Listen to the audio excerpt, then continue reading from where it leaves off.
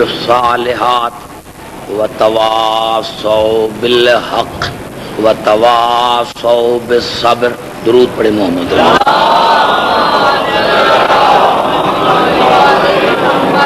عزیزان گرامی، سورۃ العصر کی میں نے آپ کی خدمت میں تلاوت کی ہے اور اسی سورت پر ہماری یہ 4 مجلسیں رہیں گی. میں نے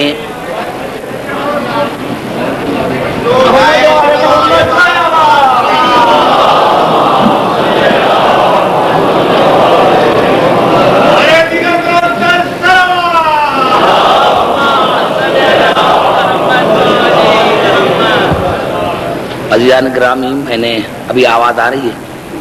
نہیں آ رہی؟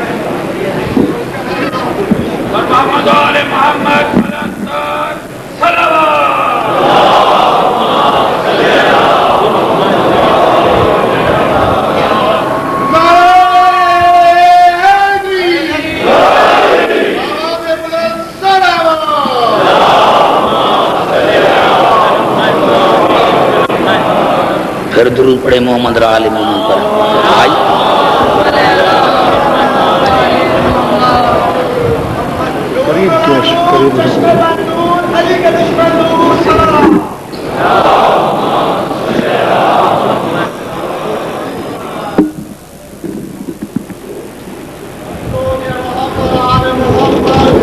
اسی لیے کہ وہ وقت جس میں کئی برائیاں ہیں، اللہ کبھی برائی کی قسم نہیں کھا سکتا.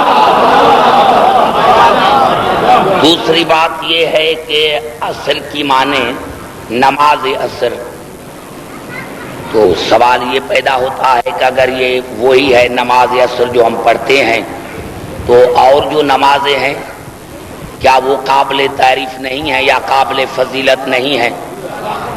تو پتہ چلا کہ یہ بھی عقل کے خلاف ہے. بہرحال تسلیم کرے پڑھنا پڑے گا کہ کائنات میں کوئی ایک عصر گزر چکی ہے کہ جس کی اللہ قسم کھا رہا ہے. اب یہ قرآن حکیم سے ہی پتہ چلے گا. ارشاد خداوندی ہے، مجھے قسم ہے ایک خاص عصر کی، ان الانسان لفی خسر.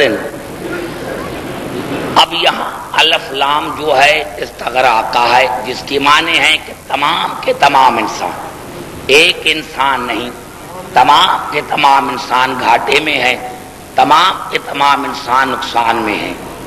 الا الذین آمنوا، سوا ان کے جو ایمان لے کر آئے. اب یہ ہر لینگویج کا ایک قانون ہے کہ جب حرف استثناء آتا ہے تو وہ قلت کی معنی میں استعمال ہوتا ہے، قلت کی معنی دیتا ہے. جس طرح ہم کہیں کہ تمام لڑکے اسکول میں فیل ہوئے زید کے سوا، یعنی پاس صرف ایک ہوا ہے. تو یہاں بھی یہی ہے کہ اللہ نے فرمایا کہ تمام کے تمام انسان نقصان میں ہیں. الی الذین آمنوا، سوا ان کے جو ایمان لے کر آئے، وعملوا الصالحات، اور جنہوں نے عمل صالح کیے، وتواصوا بالحق وتواصوا بالصبر، وہ حق اور صبر کی تلقین کرتے ہیں.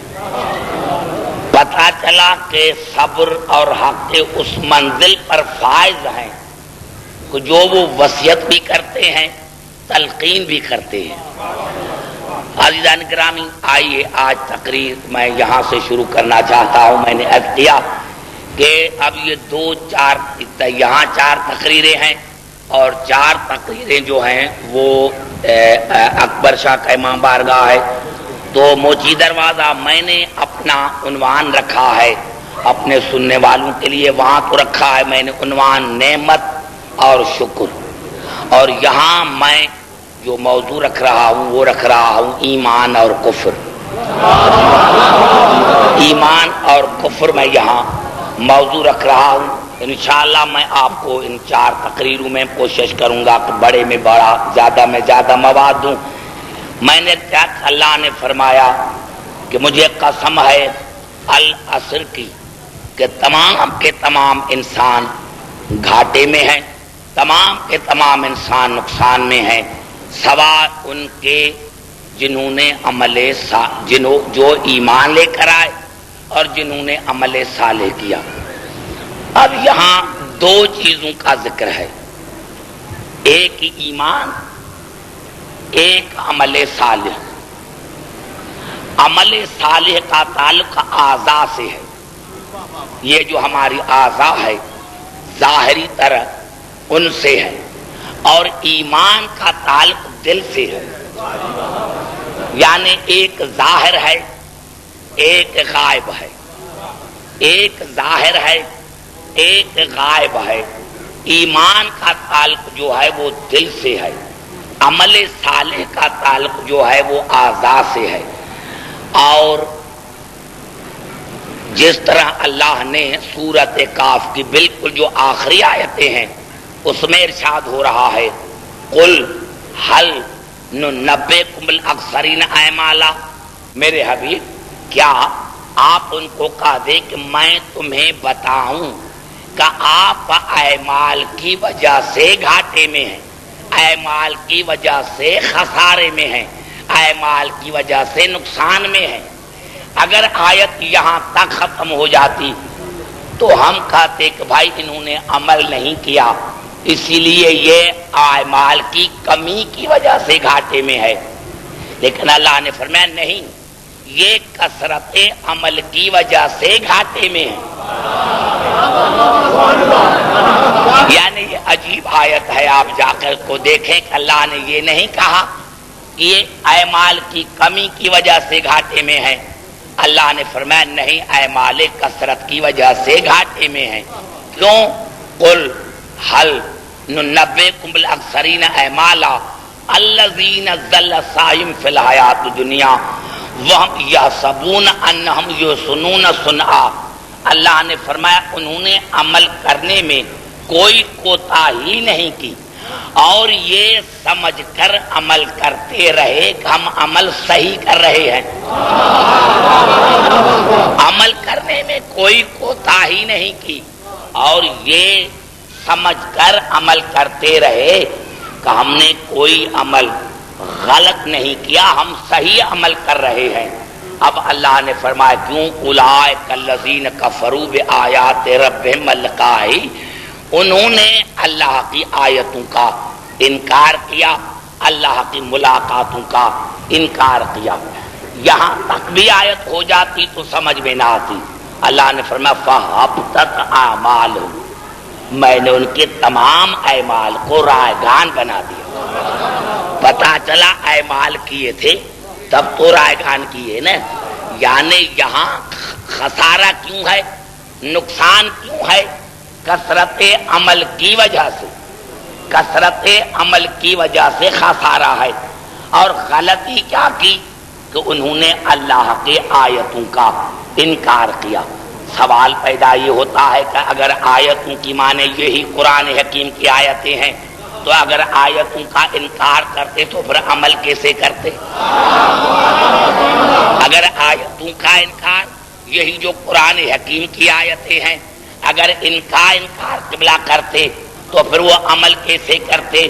پتہ چلا یہ کوئی اور آیتیں ہیں جن کا یہ انکار کر رہے ہیں، جو اللہ نے فرمایا کہ تم نے اعمال بھی کیے ہیں اور اعمال کرنے میں کوئی کوتاہی نہیں کی اور میں نے تمہارے تمام اعمال کو رائگان بنا دیا۔ فلا نقیم لہم یوم القیامت وزنا، اور قیامت کے دن میں تمہارے اعمال کا وزن نہ کروں گا۔ اب کو کوئی ایسی بات نہیں رہی جو ڈھکی چھپی ہو۔ آئیے دو باتوں کا میں آپ کو قریب آ کر ضمانت دینا چاہتا ہوں۔ حقیقت یہ ہے کہ قرآن کی جو تفسیر کرنا ہے وہ بڑی مشکل ہے۔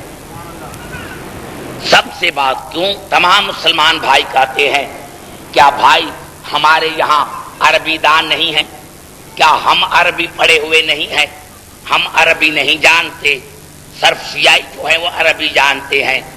بھائی قرآن کے تفسیر کا دار و مدار عربی پر نہیں۔ ابو جہل بھی عربی جانتا تھا،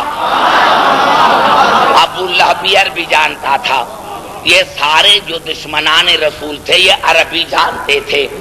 تو تفسیر کا دار و مدار عربی زبان پر نہیں ہے۔ اللہ نے پورے قرآن حکیم میں دو مقامات پر ارشاد فرمایا ہے۔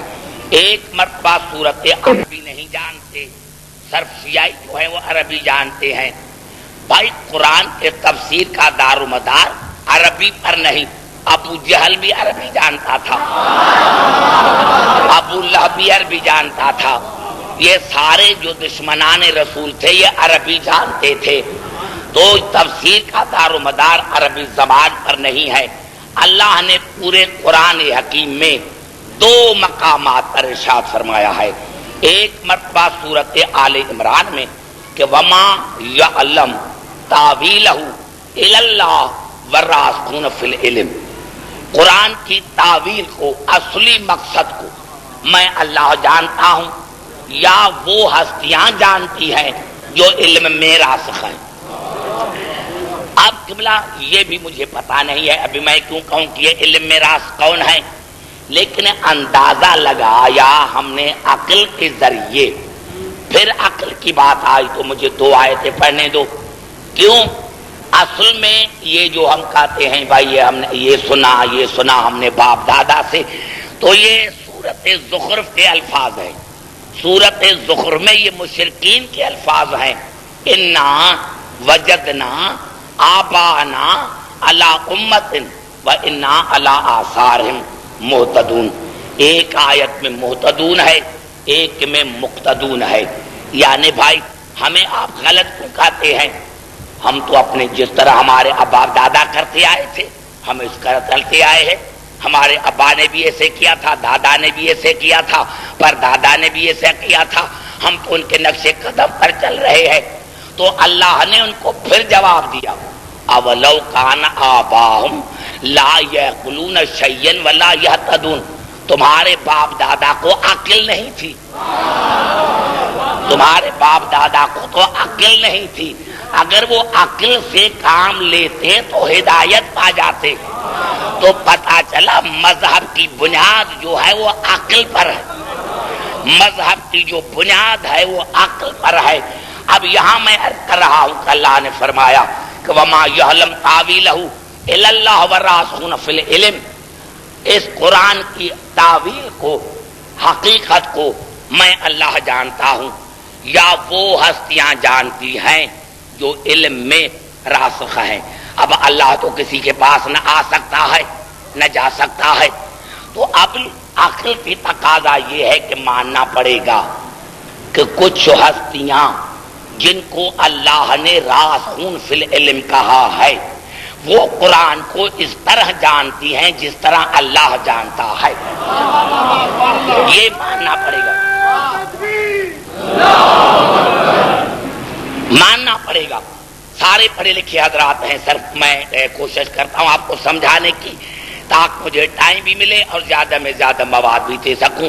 یعنی عقل کے تحت ماننا پڑے گا کہ کچھ ایسی ہستیاں ہیں جن کو اللہ نے راسخون فی العلم کہا ہے اور وہ قرآن کو اس طرح جانتی ہے جس طرح اللہ جانتا ہے۔ اب یہ بھی قبلہ اللہ کی قدرت ہے کہ پورے قرآن حکیم میں لفظ راسخون فی العلم 2 مرتبہ استعمال ہوا۔ اللہ نے نام نہیں بتائے اور نہ مجھے ضرورت ہے نام بتانے کی، اللہ نے ان کا کردار بتایا ہے، اللہ نے ان کی صفات بتائی ہیں کہ وہ کون ہیں۔ سورۃ النساء میں ارشاد ہو رہا ہے لا کہ راسخون فی العلم منہم، راسخون فی العلم جو ہے وہ ذریت ابراہیم ہے، وہ ابراہیم کی اولاد ہے، کسی اور کی نہیں ہے۔ والمومنون، اور آپ سارے حضرات جانتے ہیں بزرگ کہ یہاں لفظ ہے والمومنون، یومنون نہیں ہے، والمومنون اس میں فاعل ہے، اور اس میں فاعل کا کام کیا ہوتا ہے؟ دوام پر دلالت کرتا ہے، دوام پر، استمرار پر دلالت کرتا ہے۔ جس طرح اللہ نے ملائکہ کو کہا تھا کہ انی جاعل فی الارض خلیفہ، یہ جاعل کہا تھا، اجعل نہیں کہا تھا۔ اگر اللہ اجعل کہتا تو پھر انسان سوچنے پر مجبور ہو جاتا کہ کبھی خلیفہ اللہ بناتا ہے، کبھی ملائک بنائیں گے، کبھی ہم بنائیں گے، لیکن اللہ نے فرمایا جاعل، خلیفہ بنانے والا میں ہوں، یعنی جب بھی خلیفہ بناؤں گا تو میں بناؤں گا۔ کسی نبی کو بھی حق نہیں کہ خلیفہ بنا، کسی نبی کو بھی حق نہیں وہ خلیفہ بنائے۔ اسی لیے میں نے کیا کہ اللہ نے فرمایا کہ سب سے پہلی نشانی راسخون فی العلم کی یہ ہے کہ وہ ذریت ابراہیم ہے۔ دوسری نشانی والمومنون، جب سے ہیں تب سے مومن ہیں، ایک لمحے کے لیے نہ کافر رہے ہیں، نہ مشرک رہے ہیں، نہ منافق رہے ہیں۔ اس کے بعد اللہ نے فعل استعمال کیا یؤمنون بما انزل الیک وما انزل من قبلک، میرے حبیب میں نے جو آپ پر نازل کیا ہے ان پر بھی ان کا ایمان ہے، اور جو میں نے پچھلے انبیاؤں پر نازل کیا ان پر بھی ایمان ہے۔ اور میرے بزرگوں نوجوانوں، یہ عجیب اتفاق ہے، یہ قرآن حکیم کی ایسی واحد آیت ہے جس میں اللہ نے دو الفاظ ایسے استعمال کیے ہیں جو پورے قرآن میں اللہ نے استعمال نہیں کیے۔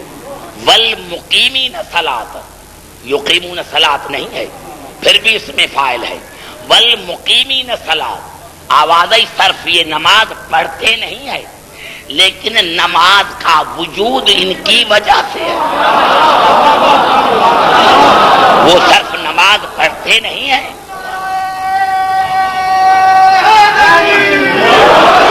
وہ صرف نماز پڑھتے نہیں ہیں، نماز کا وجود ان کی وجہ سے ہے۔ والمؤتون زکات، پورے قرآن میں آپ کو لفظ موتون نہیں ملے گا، یوتون ملے گا، وہ بھی اس میں فاعل ہے۔ والمؤتون زکات، وہ صرف زکات دیتے نہیں ہیں، لیکن زکات کا وجود ان کی وجہ سے ہے۔ والمؤمنون، پھر وہی مومن، والمؤمنون باللہ والیوم الآخر اولئک سنؤتیہم اجرا عظیما، ان کا اللہ پر جب سے ہے تب سے ایمان ہے، جب سے ہے تب سے قیامت پر یقین ہے، اور یہ ایسی ہستیاں ہیں جن کو میں اللہ اجر عظیم دوں گا۔ اب پتا چلا راسخون فی العلم کی کتنی نشانیاں ہو گئی۔ پہلی وہ ذریت ابراہیم ہیں، دوسری بات وہ جب سے ہیں تب سے مومن ہیں، تیسری بات یہ کہ اللہ نے جو رسول پر نازل کیا ہے ان پر بھی ایمان ہے، جو پچھلے انبیاؤں پر نازل کیا ہے ان پر بھی ایمان ہے۔ دین کا وجود ان کی وجہ سے قائم ہے، چاہے وہ زکات ہو چاہے نماز ہو، ان کا وجود ان کی وجہ سے ہے، اور وہ جب سے ہیں ان کا قیامت پر بھی یقین ہے اور اللہ پر بھی یقین ہے۔ اب اللہ نے تو یہ بتایا کہ قرآن کی تعویل کو میں اللہ جانتا ہوں یا وہ جانتے ہیں جو علم میں راسخ ہے۔ اب 72 مذاہب مل کر فیصلہ کرے کہ بھائی کس سے تفسیر پوچھے، کس سے پوچھے؟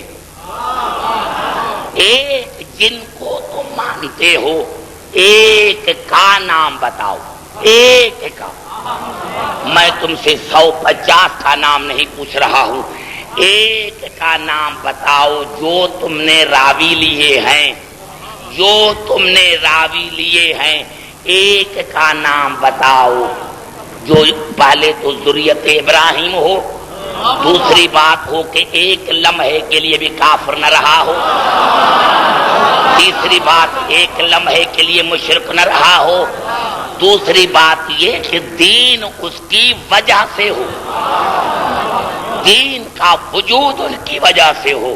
میرے دوستو، اگر تعصب کی آنکھیں عین کے ہٹا کر دنیا دیکھے تو ایک بھی نہیں ہے، اور نہ کسی نے اپنے زمانے میں دعویٰ کیا،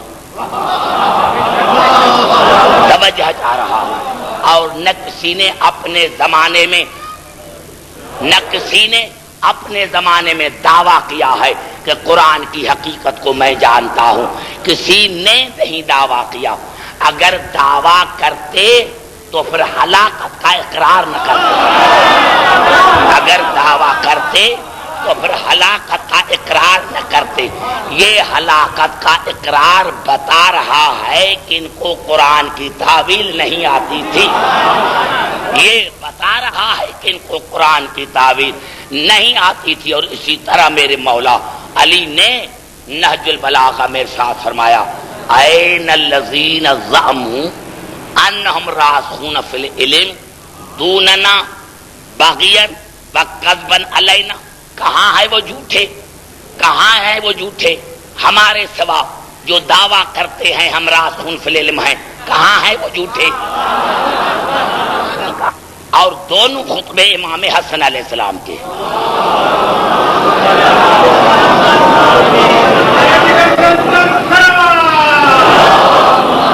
جن کے لیے مسلمان کہتے ہیں کہ شیعہ امام حسن علیہ السلام کو مانتے ہی نہیں ہیں, شیعہ امام حسن علیہ السلام کو مانتے ہی نہیں ہیں.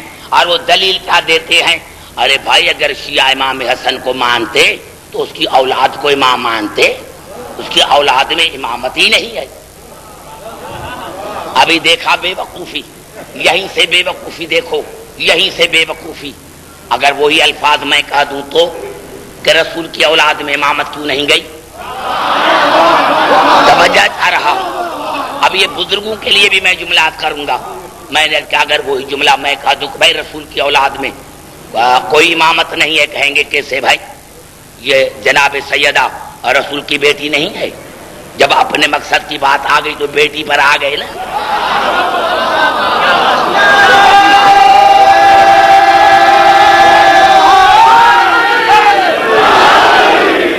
پوری توجہ چاہ رہا ہوں, پوری توجہ قبلہ چاہ رہا ہوں. میں نے کیا جناب ابو طالب کا بیٹا نام رکھا علی, رسول کی بیٹی نام رکھا فاطمہ. ان سے دو بیٹے ہوئے حسن اور حسین. پھر حسین کو ہوا بیٹا نام رکھا علی, حسن کو ہی بیٹی نام رکھا فاطمہ. پھر ان دونوں کی شادی ہوئی اور ان سے ہوا ہمارا پانچواں امام. ارے یہ امام محمد باقر بتاؤ کہ امام حسن کی اولاد ہے یا نہیں؟ اگر رسول کی بیٹی کا اولاد اس کا بیٹا ہو سکتا ہے تو حسن کی بیٹی کا اولاد حسن کا بیٹا کیوں نہیں؟ نعرہ حیدر.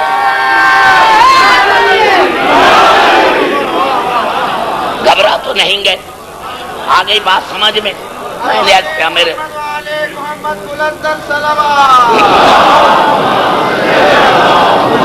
کیا میں نے کیا میرے دوستوں, میرے بزرگوں,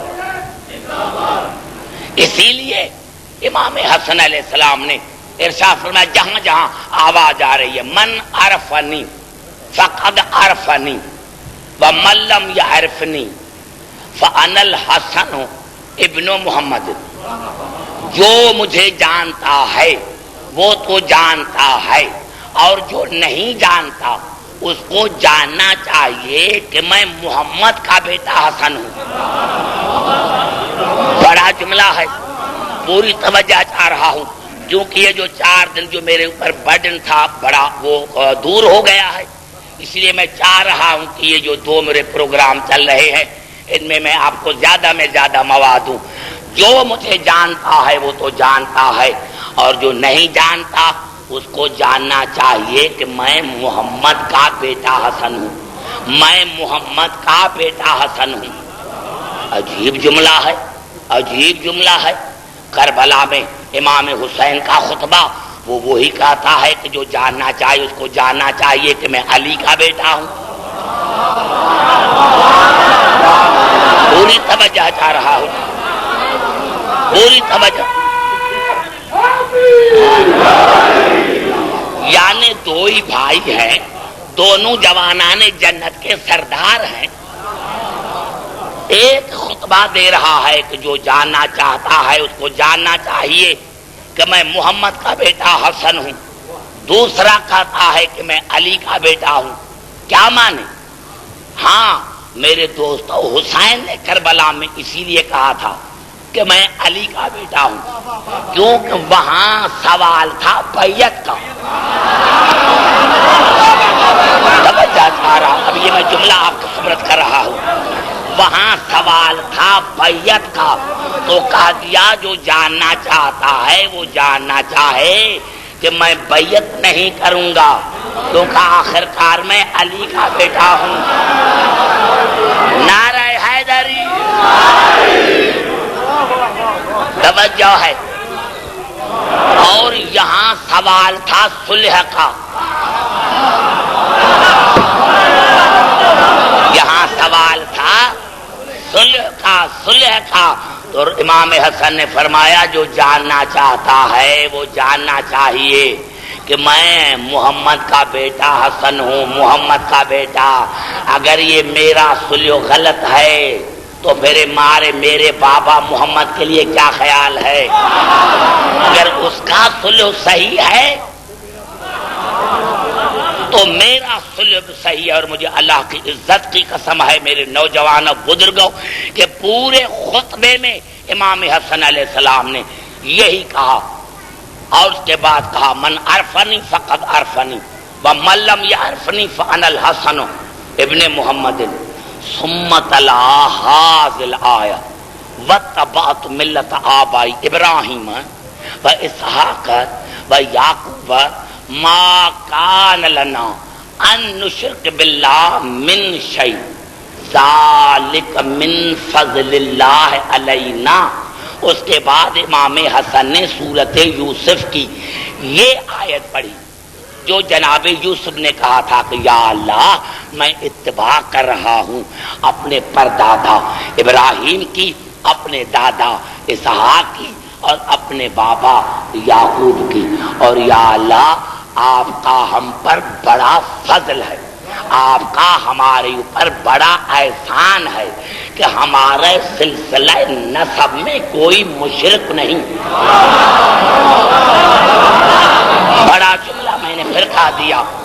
آخرکار امام کا خطبہ ہے، یہ پڑھنے کی ضرورت کیا تھی؟ پورا قرآن پڑھا تھا، اس آیت سے پڑھنے کی کیا ضرورت تھی؟ امام کا مقصد یہی تھا، جس سے مخاطب تھا میں اس کو نام لینا پسند نہیں کرتا، امام حسن جس سے مخاطب تھا اس کو کہہ رہا تھا کہ ہم تو وہ ہیں کہ جن سے سلسلہ نسب میں کوئی مشرک نہیں، تو اپنے خاندان کو بھی دیکھ، میرے خاندان کو بھی دیکھ۔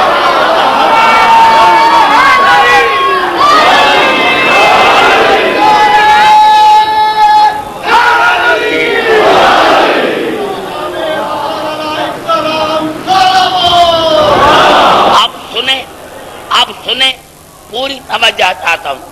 ثم قال انا ابن البشیر، پھر کہا میں بشیر کا بیٹا ہوں، انا ابن النذیر، میں نذیر کا بیٹا ہوں، انا ابن النبی، میں نبی کا بیٹا ہوں، میں نبی کا بیٹا ہوں، انا ابن سراج المنیر، میں سراج منیر کا بیٹا ہوں، انا ابن الذی رحمت للعالمین، میں رحمت للعالمین کا بیٹا ہوں، میں رحمت للعالمین کا بیٹا ہوں۔ فانا من اہل بیت الذین اذهب اللہ عنہم الرجس وطہرہم تطہیرا، اور میں اس اہل بیت کا فرد ہوں، میں اس اہل بیت کا فرد ہوں جس کے بارے میں اللہ نے آیت تطہیر کو نازل کیا ہے۔ میں ان اہل بیت کا فرد ہوں جن کو اللہ نے ہر نجاست اور ہر آلودگی سے دور اور پاک رکھا ہے۔ وَأَنَا مِنْ أَهْلِ بَيْتِ الَّذِينَ ابْتَرَضَ اللَّهُ مَوَدَّتَهُمْ وَوِلَایَتَهُمْ ثُمَّ قَالَ سُبْحَانَهُ قُلْ لَا أَسْأَلُكُمْ عَلَيْهِ أَجْرًا إِلَّا الْمَوَدَّةَ فِي الْقُرْبَى، اور میں ان اہل بیت کا فرد ہوں، میں ان اہل بیت کا فرد ہوں جن کی مودت کو اور ولایت کو اللہ نے قرآن میں فرض رکھا۔ مودت اور ہے، جن کی مودت کو اور ولایت کو اللہ نے قرآن میں فرض رکھا ہے۔ اور اس کے بعد امام نے یہ آیت پڑھی، میں آج آپ نے اعلان کر دیا، روڈ کے ساداتوں نے اعلان کر دیا بھائی کل سے عبدالحکیم پڑھے گا۔ بھائی کون عبدالحکیم؟ کہا وہی جس کے شان میں قرآن نازل ہوا ہے۔ اب حیران ہو گئے لوگ اور ایک دوسرے سے کہے ہو سکتا ہے بھائی، ہو سکتا ہے کوئی آیت عبدالحکیم کے شان میں نازل ہو۔ آج میں آ گیا، آپ کھڑے ہو گئے، عبدالحکیم بتائیں قرآن آپ کے شان میں نازل ہوا ہے؟ میں نے کہا قرآن کی قسم نہیں، میں نے کہا قرآن کی قسم نہیں، میں نے کہا قرآن کی قسم نہیں، میں نے کہا قرآن کی قسم نہیں۔ اب ایمان سے بتاؤ کہ اب پھر کسی پر یقین کرو گے؟ ارے بھائی جس کے لیے خود کھا رہے تھے اس نے خود قسم اٹھا کر کہا ہے کہ میرے شان میں کوئی آیت نازل نہیں ہوئی۔ شاید میں نہیں سمجھا سکا، شاید میں نہیں سمجھا سکا یا آپ وہاں نہیں پہنچے۔ ارے اسی لیے تو میرے مولا جناب امیر علیہ السلام نے فرمایا تھا نا مجلس شورا میں، قل انشدکم باللہ حل فیکم احد غیری انما یرید اللہ لیذہب عنکم الرجس اہل البیت ویطہرکم تطہیرا۔ ہے کوئی تم میں میرے سوا، ہے کوئی تم میں میرے سوا، یہ شورا میں کہا تھا۔ 102 پوائنٹ ہے، مجھے وعدہ ہے میں منبر پر آپ سے وعدہ کرتا ہوں پورا خطبہ پڑھوں گا۔ مولا نے فرمایا ہے کوئی تم میں میرے سوا جس کے شان میں آیت تطہیر نازل ہوئی ہو؟ قالوا اللہم لا، سب نے کہا علی خدا کی قسم آپ کے سوا کسی کے شان میں نازل نہیں ہوئی۔ ارے جب وہ خود کہہ رہے ہیں کہ ہم نجس ہیں تو ہم ان کو پاک مانیں؟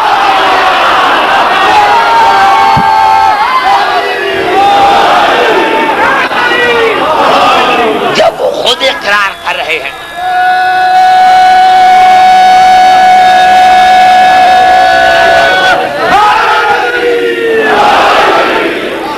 گھبرا تو نہیں گے میرے دوستوں؟ جب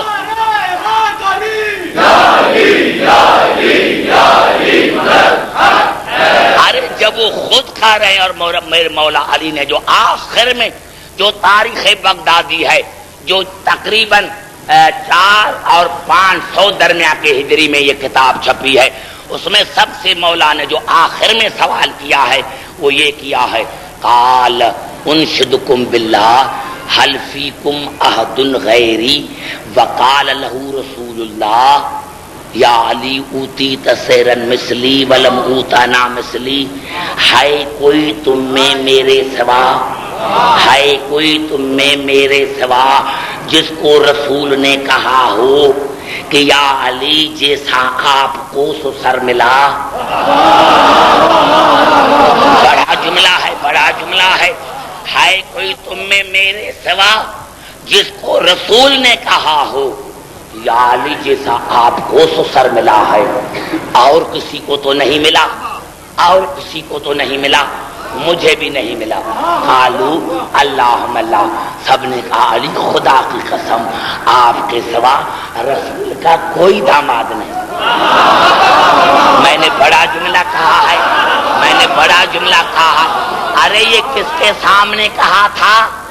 اس کے سامنے کہا تھا جس کے لیے آج مسلمان کہتے ہیں کہ وہ ذوالنورین تھا، اس کے سامنے کہا تھا، اس کے سامنے۔ ارے جب اس نے خدا کی قسم کھا کر کہا کہ تیرے سوا اور کوئی رسول کا داماد نہیں، اب بتاؤ کہ ہم کس کی عزت رکھیں، کس کو جھوٹا کہیں، کس کو سچا کہیں؟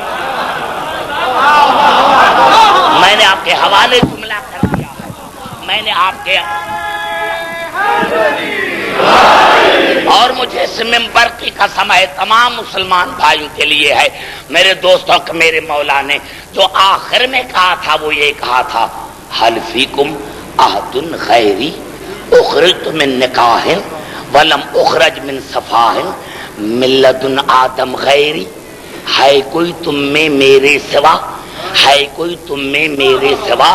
میں علی نکاح کا، میرا بابا نکاح کا، میرا دادا نکاح کا، ہم آدم تک نکاح کے، ہے کوئی تم میں نکاح کا؟ قالوا اللہم لا، کہا علی قسم خدا کی یہاں آپ کے سوا کوئی نکاح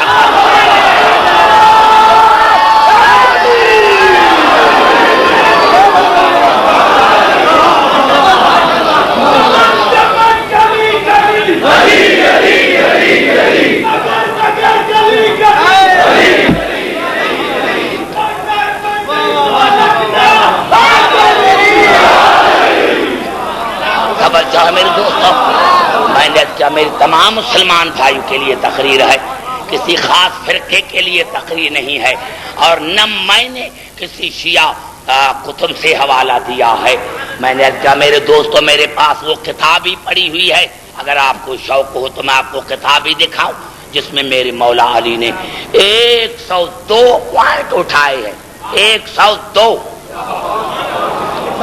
اس سے پتا لگا کہ علی کتنا عظیم عالم ہے، جس نے چند منٹوں کے اندر پورے مسائل کو حل کر دیا۔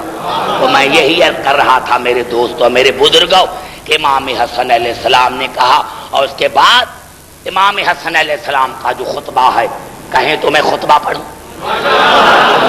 گھبرائے نہیں، میں نے کیا اتنا مواد دے کر جاتا ہوں کہ ایک چھوٹا سا کتاب بن جائے گا۔ امام حسن علیہ السلام پہلے تو انا کر رہا تھا، واحد کا صیغہ استعمال کر رہے تھے، اور اس کے بعد فرمایا نحنو حزب اللہ الغالبون، ہم ہیں وہ اللہ کا غالب گروہ، ہم اہل بیت ہیں اللہ کا غالب گروہ، ونحنو اہل بیت طیبون، اور ہم ہیں رسول کے اہل بیت جو طیب اور طاہر ہیں، گھبرا نہ جانا، اور ہم ہیں وہ رسول کے اہل بیت جو طیب اور طاہر ہیں، وَنَحْنُ عَهْدُ الثَّقَلَيْنِ اللَّذَيْنِ خَلَّفَهُمَا جَدِّ رسول اللہ فی امتہ، اور دو ثقلوں میں ہم ایک ثقل ہیں۔ گھبرا تو نہیں گئے؟ اب اس کو میں کلیئر نہیں کرنا چاہتا، آپ سارے پڑھے لکھے حضرات ہیں، اور دو ثقل یعنی ثقلین میں سے ہم ایک ثقل ہیں جس کو نانے رسول نے اپنی امت میں چھوڑا تھا، نانے رسول نے اپنی امت میں چھوڑا تھا۔ وَأَنَا ثَانِيُ کتاب اللہ فی تفصیل کل شیء، اور وہ کتاب، وہ ظرف جس میں کائنات کا علم ہے، وہ ہم ہیں۔ گھبرا گئے؟ دیکھو کتنا بڑا جملہ تھا، میں نے تو کہا تھا کہ آپ کے اس جملے پر بڑا مزہ آئے گا۔ وَنَحْنُ ثَانِيُ کتاب اللہ فی تفصیل کل شیء، اور وہ ظرف جس میں کائنات کے ہر شے کا ذکر ہے، وہ ہم ہیں، وہ ہم ہیں۔ اگر یہ بھی نہیں سمجھا سکا تو پھر آگے والا جملہ سمجھے، لا یاتیہ الباطل من بین یدیہ ولا من خلفہ، اور جو جس کے آگے پیچھے دائیں بائیں شیطان نہیں آ سکتا، وہ ہم ہیں۔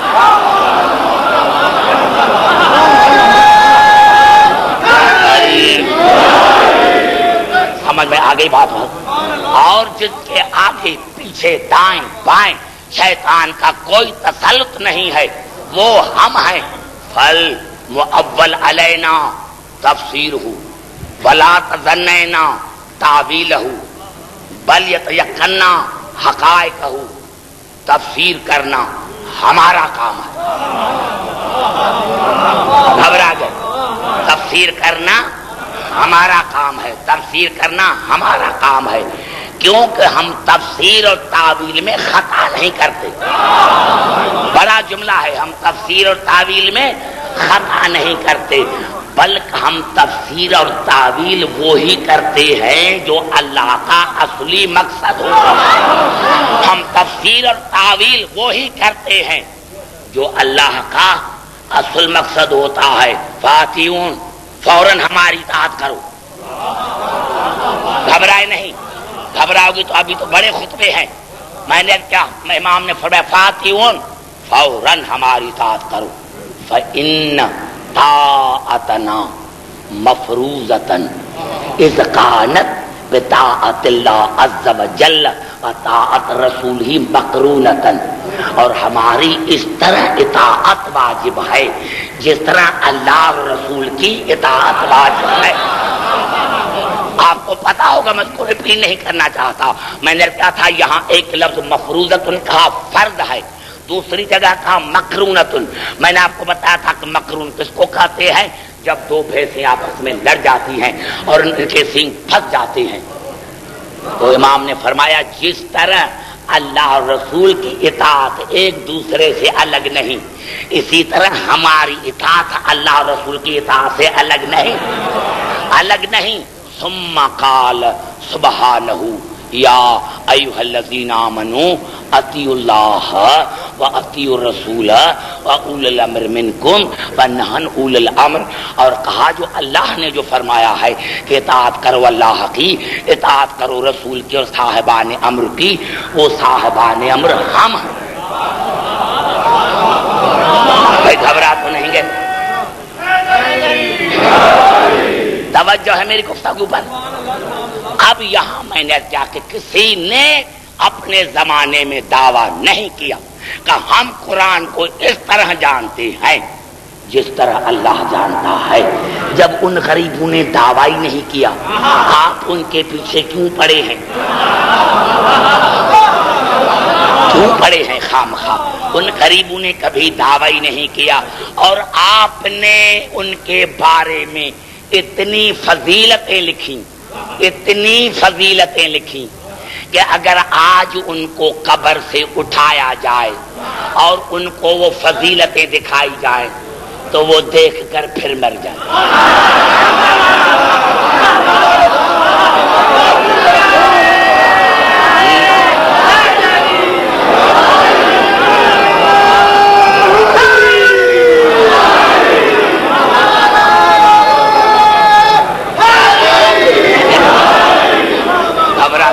میرے دوستوں،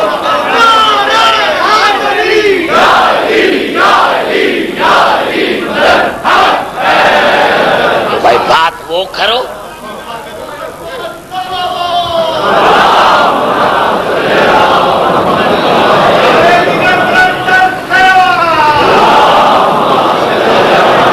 توجہ ہے میری گفتگو پر؟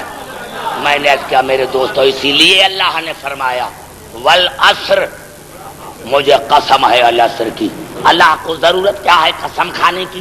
کیا ضرورت ہے اللہ کو قسم کھانے کی؟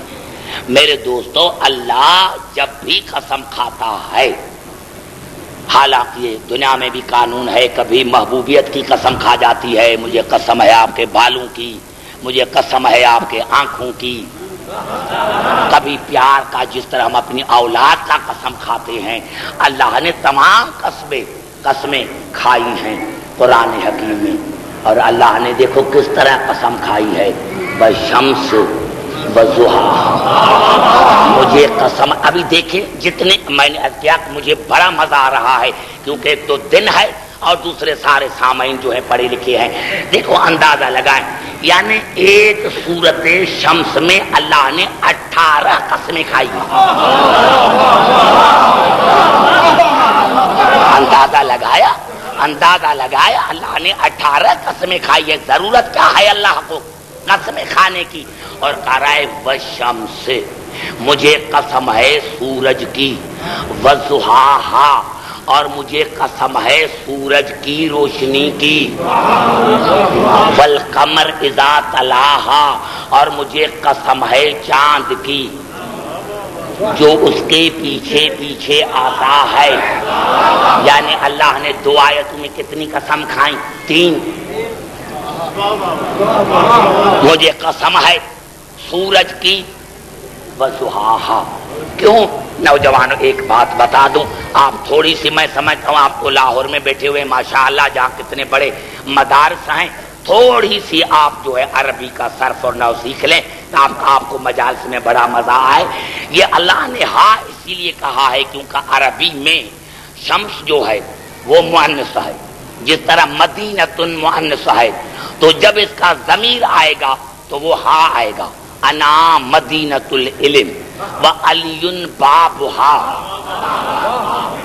بابہ نہیں ہوگا، بابھا، وہ میں نام لینا اس کا نہیں چاہتا، بڑا مولوی ہے، حالانکہ وہ دوسرے مذہب کا ہے، تو میرے ساتھ اسلام آباد میں بیٹھا ہوا تھا، اس نے کہا قبلہ آپ جو کہتے ہیں کہ صرف علی دروازہ ہے، یہ تو بہت دروازے ہیں۔ میں نے کہا دلیل کیا ہے؟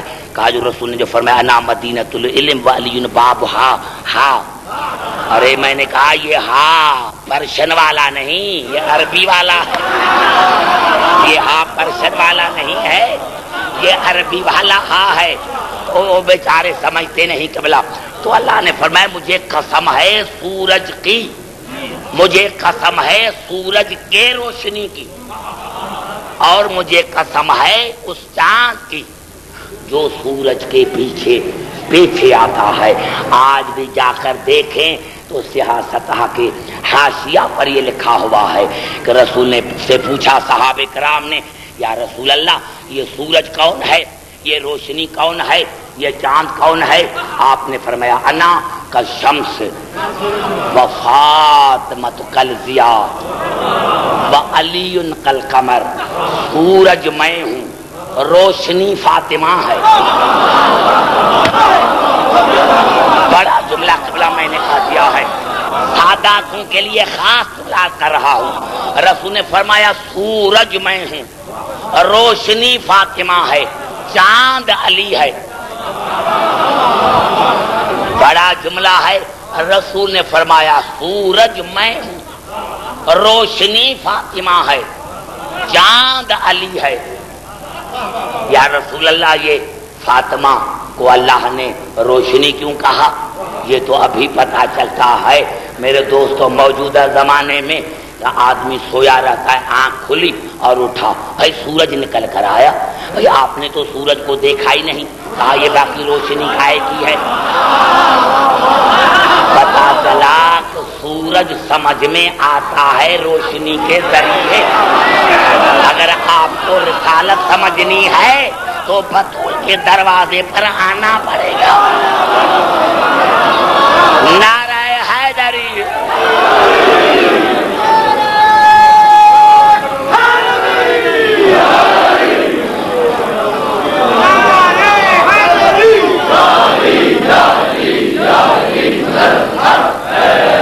آئیے بڑا مزہ آئے گا آپ کو۔ آئیے پھر چلتا ہوں اسی آیت کی طرف، اسی آیت کی طرف پھر چلتا ہوں۔ یہ جو میں نے 3 آیتیں پڑھی قبلہ، یہ سورت کاف کی بالکل آخری آیتیں پڑھی۔ قل، میرے حبیب کہہ دو، قل کہہ دو ان کو، حل کیا، ننبئکم میں تمہیں بتاؤں، میرے حبیب کہہ دو کہ کیا میں تمہیں بتاؤں، تم کو میں بتاؤں، تم کو۔ پتا چلا یہ جو کم ہے اس میں تو ساری کائنات گم ہے،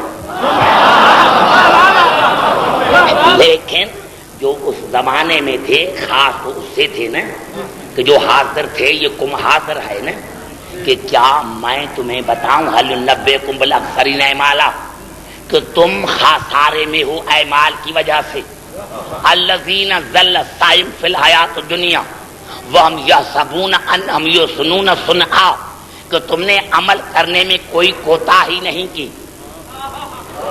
اور تم یہ سمجھ کر عمل کرتے رہے ہو کہ ہم نے جو عمل کیا ہے وہ صحیح ہے۔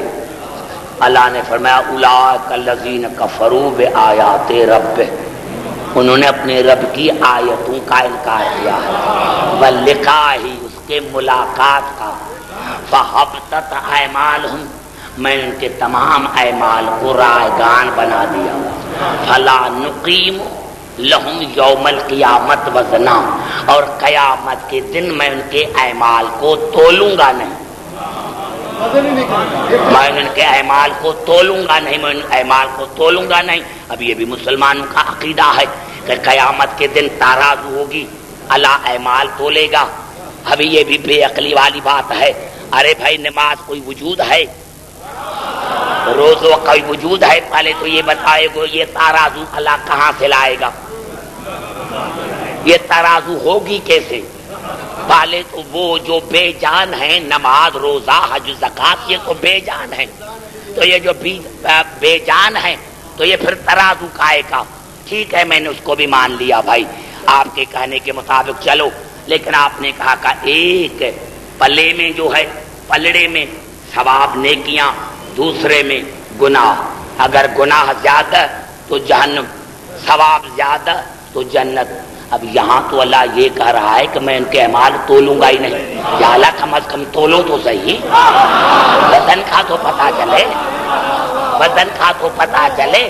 لیکن یہ ہمارا روز دن کا قبلہ مشاہدہ ہے، ہم جاتے ہیں آٹے والے کی دکان پر، پہلے اس کو نہیں کہتے کہ تولو، پہلے دیکھتے ہیں آٹا اچھا ہے یا نہیں، اگر جنس پسند ہے تو کہتے ہیں کہ تولو۔ چینی کے دکان پر جاتے ہیں، پہلے کہتے ہیں چینی دکھاؤ۔ آم کے دکان پر جاتے ہیں، ٹھیلے پر جاتے ہیں، پہلے آم دکھاؤ کہ آم اچھا ہے یا نہیں، یعنی پہلے ہم جنس پسند کرتے ہیں پھر کہتے ہیں کہ تولو۔ اللہ نے فرمایا عبدالحکیم جب ان کے اعمال مجھے پسند ہی نہیں تو تولوں کیوں؟ جب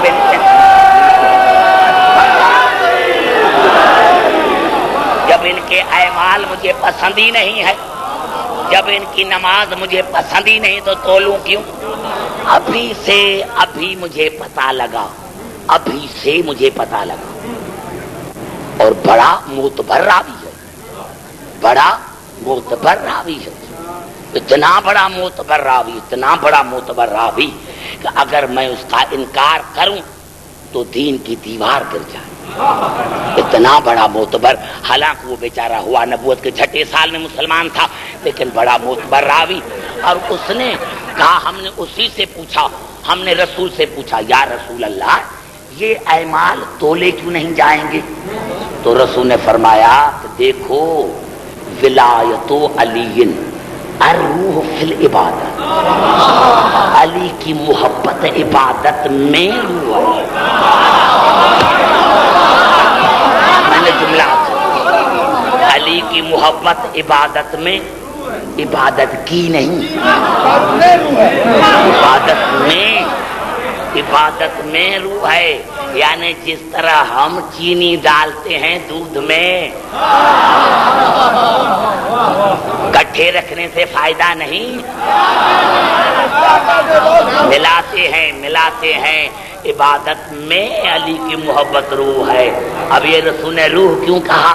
یہ ہمارا رات دن کا مشاہدہ ہے، کتنا بیٹا پیارا کیوں نہ ہو، اولاد ہو، والدین ہو، اسی دنیا سے چلے گئے، کہیں گے جلد کرو اس کے غسل کفن کا انتظام کرو۔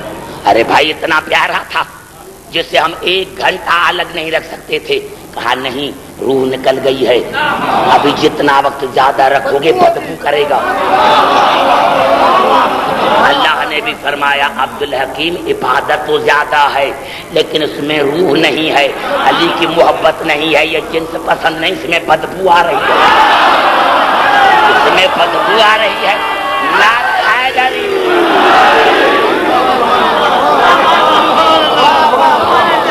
نعرہ حیدری،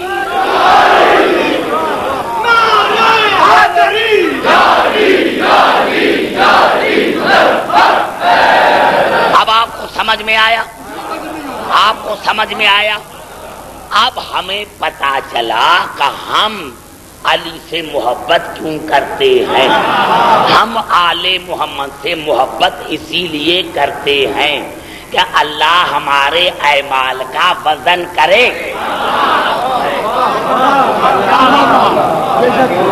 اللہ ہمارے اعمال کا وزن کرے، اللہ کو ہماری جنس پسند آئے۔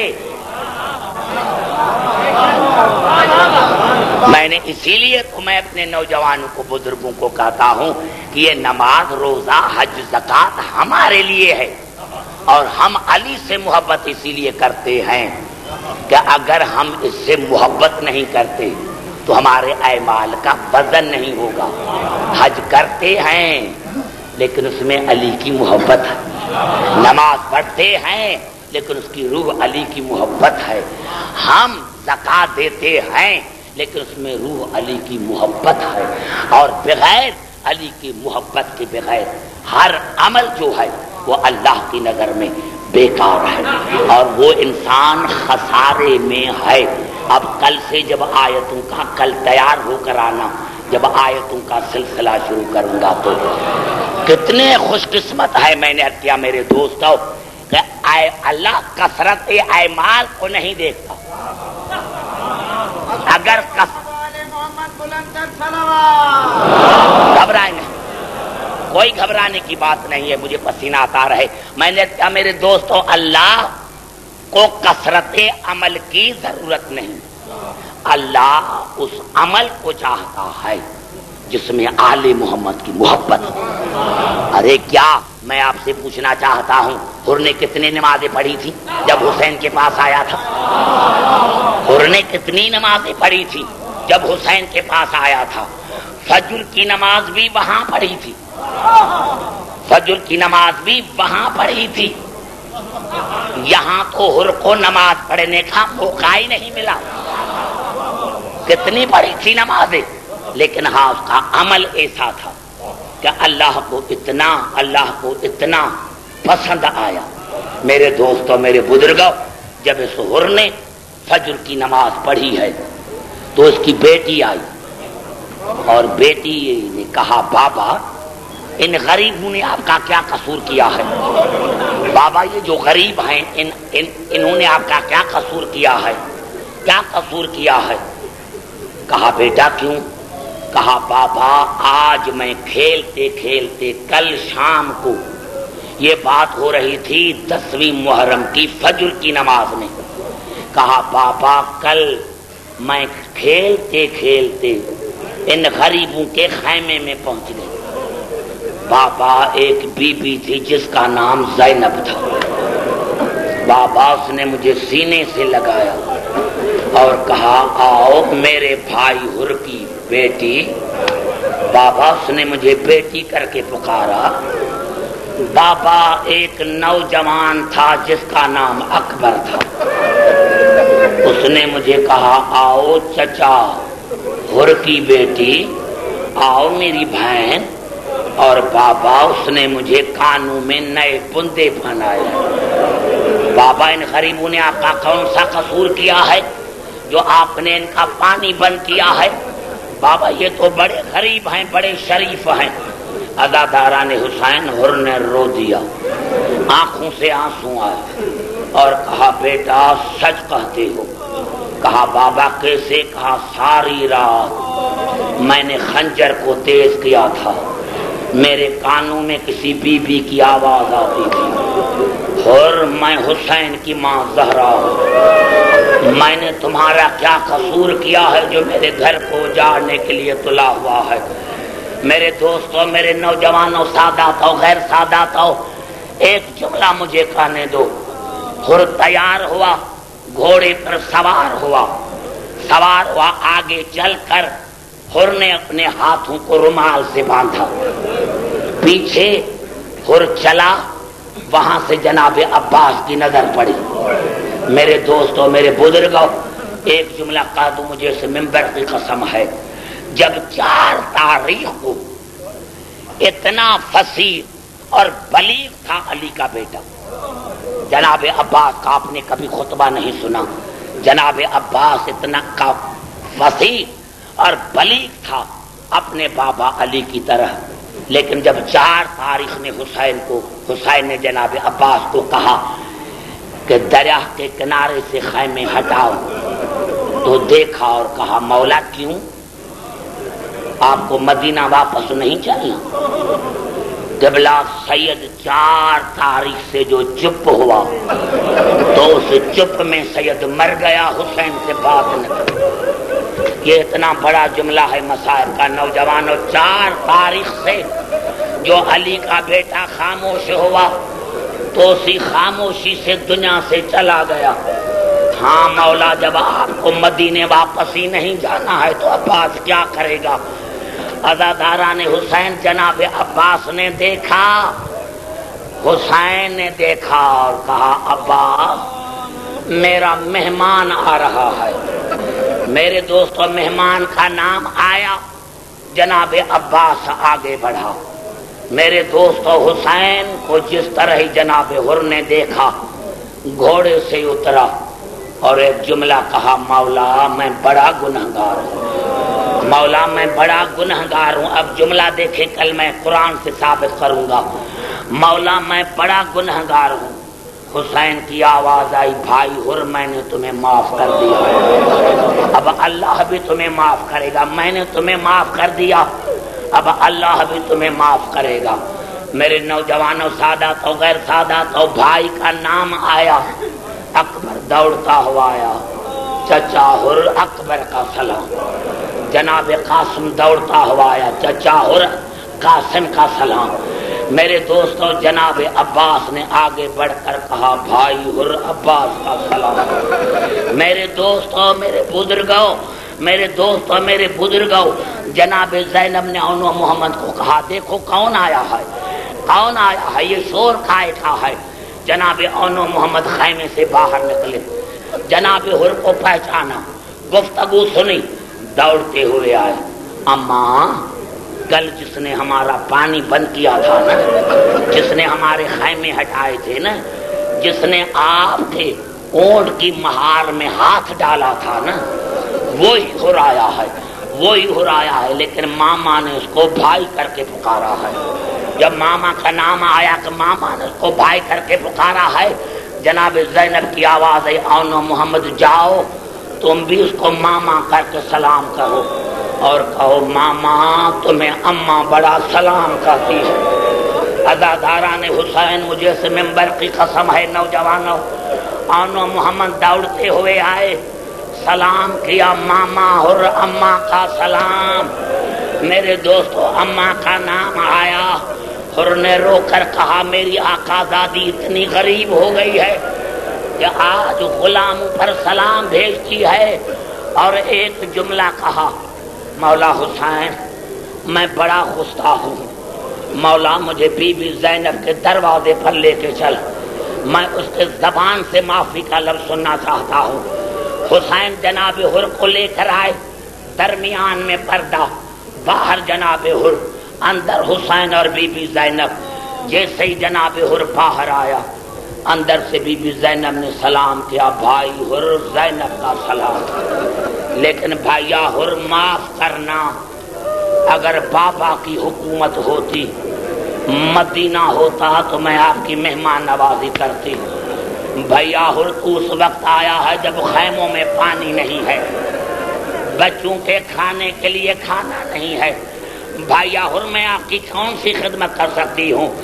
بھیا حر اور تو خدمت نہیں کر سکتی, لیکن میں آپ سے وعدہ کرتی ہوں کہ جب آپ تو شہید ہوگا سب سے پہلے میں تیری لاش پر آؤں اور میں بال کھول کر کہوں گی یا اللہ آج میرا بھائی مر گیا, آج میرا بھائی مر گیا. اللہ لعنت اللہ علی القوم الظالمین. یا اللہ ہماری اس بڑی عبادت کو قبول فرما. یا اللہ جن ساداتوں نے یہ فرش عذاب بچھایا ہے ان کے دینی اور دنیوی نیک مقاصد پورے کر.